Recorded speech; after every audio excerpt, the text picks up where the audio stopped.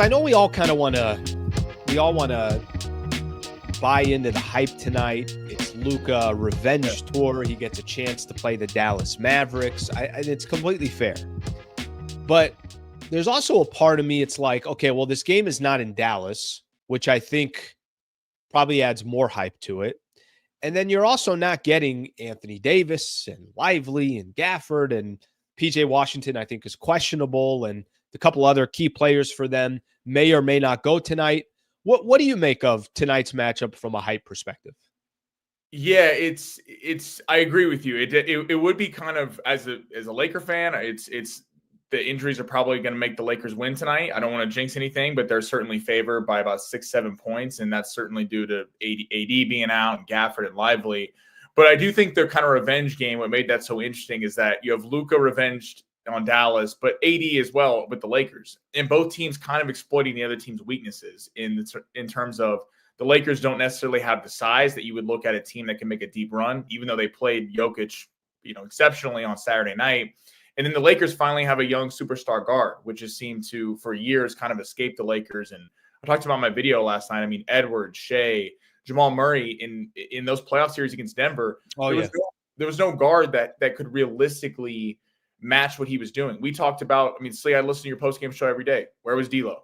Why is D'Lo not matching? Can he do it? And it was just he never could. And so I think that's kind of the fun element. And I heard you talking earlier about the fact that Dallas trashed him so bad when he left. Not just they traded him and were like, we love Luka, but we wish him the best. I mean, made like a smear campaign effort to make it look like they were the winners in the trade is going to add a lot more juice tonight, I think, on the side of Luka. Yeah, it's funny. I hope they don't get caught up too much in it.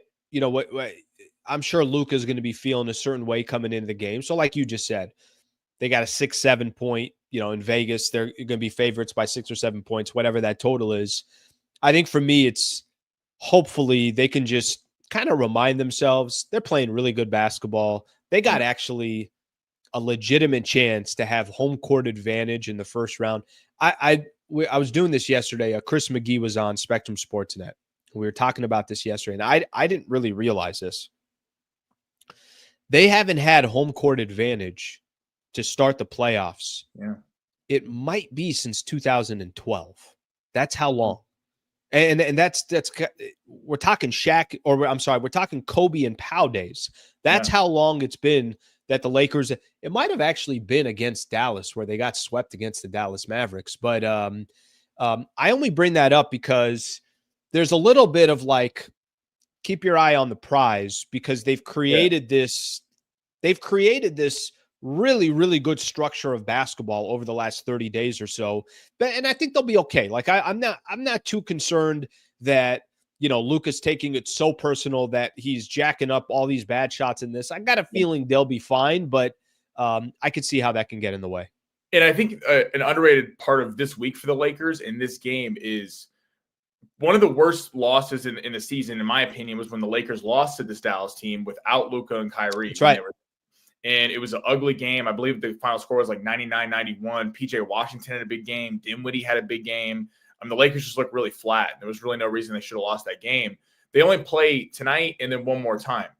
And the Mavs are only, it's so clumped in the West. The Lakers are looking up at the 2 seed, but if they went on a little bit of a losing streak, the Mavs could kind of crawl back up in there past the Lakers. So I think this week is huge in and of itself, that you have to win the tiebreaker against the Mavs. You got the Clippers this weekend, who you're going to decide if that series is tied or if one person, one team's going to have the advantage. Minnesota as well. The Lakers are 1-2 against them. So you want to make sure you're not losing these tiebreakers to teams that at the end of the year, it's going to be so neck and neck. So I'm looking right here on the standings. I mean, you're right. The Clippers matchup is going to be fascinating because, even if you just split with the Clippers lost again yesterday. They've lost 3 games in a row. 21 losses for the Lakers, 26 for the Clippers, and Clippers are in the number 6 spot. So at least Lakers are kind of putting themselves in a position. There's a very, very good chance Lakers are not going to be in a play-in this year. So that's obviously some positive stuff right there. Let's stick to the Mavs here real quick. I was trying to talk about, and I don't know if I'm overhyping this or not, but I was trying to talk about We know why the Mavs made the trade, and it doesn't really matter at this stage. It doesn't matter whether, I think everybody has their opinion of what they think of the trade, but we know why they did it. And the idea is in this next 2 to 3 years, probably max, they're going to try to cash in, win an NBA title. Yep. Obviously, getting Anthony Davis more of a defensive presence, and defense wins championships, as Nico Harrison said. It's a big if. Let's assume they're healthy. Let's say Dallas has got their entire squad. They're healthy. They're good. They're ready to go. What do you think Dallas is in the West? They could beat anybody, but I think they're going to be a victim of a little bit of the same problem the Lakers have had the last few years. So many times the Lakers have had awful Februaries and they've had to claw their way back in at the end. They've been playing playoff basketball a month or two before it even starts. And you kind of run out of gas. And you're talking about two players in Anthony Davis, who is hurt right now, Kyrie Irving, who has dealt with a lot of injuries his career, and then Gafford and Lively. And as you mentioned, Washington's questionable tonight. I mean, this is not a bunch of healthy players. And I think you could see a lot where they have to claw to get in. Maybe they're likely in the play-in and got to win a couple do or die games. And then they got to go on the road and not have home court advantage like the Lakers have had to do. This is why I'm so excited about the Lakers this year, is that I think that they're going to be able to have some rest down the stretch and really get LeBron and Luka just ready for the run. But them healthy, they would be pretty lethal. I mean, Washington and Christie, I think, really make some nice kind of 2-3 combo there. Kyrie, AD. It'd be interesting to see how they played the Lakers, because if you looked on paper, they would kind of be one of the toughest matchups, and that they have like 3 legit centers, 4 if you include Dwight Powell, to go up against the Lakers, Jackson Hayes.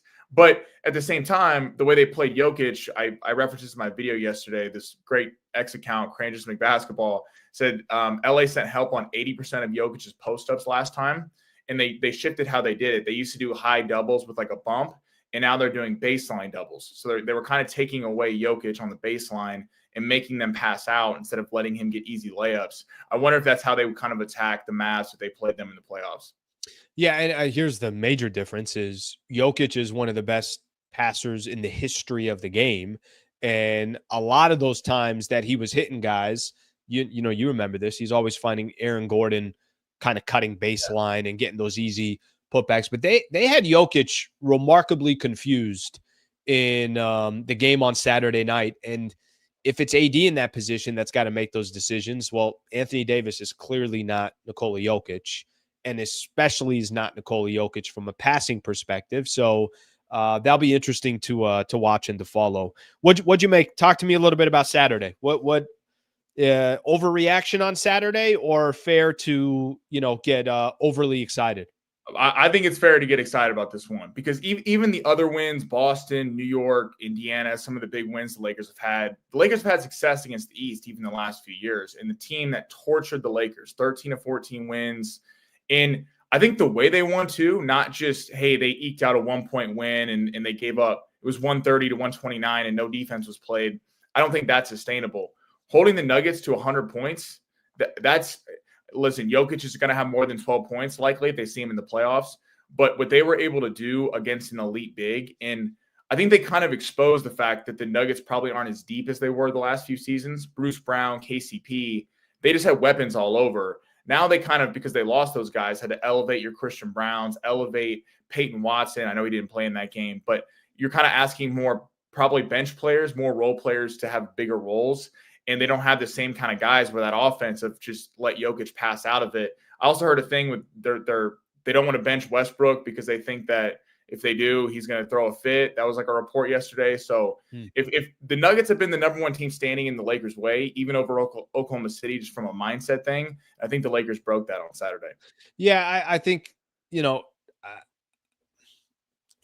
I think anyone that overhyped Saturday night, it was fair. Like, I don't think people truly understand how much trouble the Lakers have had against Denver. And then this is Luka's first game against Denver on the road, and they beat him by 23. Yeah. And Luka drops, leads the Lakers and it's interesting because this never happens. Never happens. If you go on ESPN, you go to schedule and you see, each game that the Lakers have played. I don't ever remember a time where they highlight 3 things when you go look at the schedule. They highlight points, rebounds, and assists. I'm not kidding when I tell you, I don't think there was ever a time where LeBron wasn't listed on one of those as the team leader. It was Luka in points, it was Luka in rebounds, and it was Luka in assists. So, and I'm telling you, you go back, here's LeBron, 40-point game. Here's LeBron, 26 points, 11 assists, leads the Lakers. Every single game he's in there. And that's with Anthony Davis that was there. But that's why I go back to that game and it's like, anybody that thinks, it's just one regular season, that was not one regular season game. No. And the fact that it was Luka, and it was the fact that it was the first time Luka played Denver, it's like, yeah, so what's the problem here? What issue were you guys having with Denver? Yeah. I'll correct that. Yeah. And the ways that the Lakers would lose these games, it was 10, 12, 18-point leads in game 2 that they would just squander. There was a moment, I believe there's like 10 minutes to go in the fourth quarter, and the Lakers were up 9, and the Nuggets had hit a shot, I believe. They hit a 3. So it's kind of like, is this going to happen? I was watching with a bunch of people, and they were like, the Lakers are fine. I'm like, just hold on. Like, let's, before it hits all zeros, like, we're going to see. And Luka hit a shot, and he kind of looked at the camera and smiled, and I was like, things are different. Like, there's a new man in town, and to your point of, like, this is the team you've had trouble with, like, well, I'm here now. And it felt like a clean sweep to – because the LeBron AD teams have been very similar. And it's like, is this going to be the same narrative with Luka there, just in different players? And, Luka's 1-0 against him. So I do think it was a crazy mental hurdle the Lakers had to get over. And I think it changes everything, because now you start telling yourselves, however you knew the Lakers before, you kind of got to put it away. By the way, and there's some good in that and there's some bad in that. There's you might have seen whatever the Lakers' history used to look like. Let's just say, let me give you an example. They used to dominate Memphis. Well, I don't know now if they're going to dominate Memphis. I have no idea, right? Yeah. Like, okay, or Denver used to dominate the Lakers. Well, maybe that went away, and because until we get a chance, obviously, to see the Lakers go up, Lakers still have, I think, 2 more games coming up against Denver. Well, I think we both know that Denver's going to make their adjustments, and it's not going to be the same exact team. And you're probably not going to hold Nikola Jokic to 2 of 7 from the field again, probably ever in his career. But that's what I think makes the rest of this season exciting, is because I don't know what each one of these games are going to be, where I felt like when it was Anthony Davis, we had so much data. It's like you almost kind of felt like what the team was. Yeah, and I think you saw this in the NFL a lot. There's teams that are the best teams in the NFL that they play in division, and for some reason every year they gave them problems. Oh, yeah. New England used to run through everyone, and they play Miami when they were terrible in Miami, and they lose every single year. And it kind of, to your point, they kind of penciled this in. Well, Denver beats the Lakers beat Memphis. Oklahoma City, we don't totally know yet. Played them once. It was a tight game, but the Laker team looks totally different now. So I can't wait to see them play Oklahoma City. And the Cavs have blown out the Lakers in 2 games, but the Cavs, they haven't seen Luka. It was a totally different team. So it's very exciting to kind of see like how they're playing against these teams. Hell, the Clippers used to dominate the last few years, major win streaks against the Lakers, and the Lakers whooped them last time, and that was without Luka. So I can't wait for this weekend, the Minnesota game, as well as this one tonight. It's going to be electric. Yeah. What does this tell? I mean, if you look at the schedule, I'm going to just name off some of the upcoming matchups that the Lakers have over the course of these next couple of weeks. And this won't be, I'll skip a couple because, you obviously have some ones in there where you're expected to win. Dallas tonight. Okay, we talked about that. They got Anthony Edwards in Minnesota coming up on Thursday, who, by the way, won at OKC last night. That was a great game last night. Won at OKC last night, and they won in overtime. 2 against the Clippers. You got the Knicks, who have actually struggled against teams above 500. You're at Boston. You're at Milwaukee. You're at Denver. Then you go up against Phoenix, Denver again, Milwaukee again. What do you make of these next? What are you kind of hoping to see over these next? I know we all want to see the Lakers win, but what are these next 2-3 weeks for the Lakers, you think? I think you want to win every game, but especially we go back to the tiebreakers. You were kind of getting that point in the year where the Clipper games really matter. The Mavs game really matter. The Timberwolves game really matters. If you're going to drop one, I guess drop it to the Knicks or someone in the East where you're not worried about a tiebreaker. And I want to see if what they did Saturday night was a one-off against holding an elite big to that. I guess he had a triple-double, but not Nikola Jokic numbers. How are we going to do against Giannis? How are we going to do against some of these bigs that are the Lakers looked at, have had a lot of success against Milwaukee the last few years, but are they going to be able to keep it up with these elite bigs, or is that just kind of a one-off game where the Lakers had a bunch of energy and kind of circled it on the calendar of, hey, we need to beat Denver? Is this something that's sustainable? To be fair to Jackson Hayes, I'm not saying you're saying he's an all-star or he's going to be a big-time player for Lakers for years to come, Sure. but he has really stepped up in the last few weeks, and I think people kind of took it with a grain of salt at first, which is fair because we haven't seen it before. But he's been excellent. I know it's probably a product of Luka and LeBron. He's certainly the fifth option in the starting lineup where you don't have to worry about him. But I think he has been playing pretty good ball, and I want to see if that keeps up.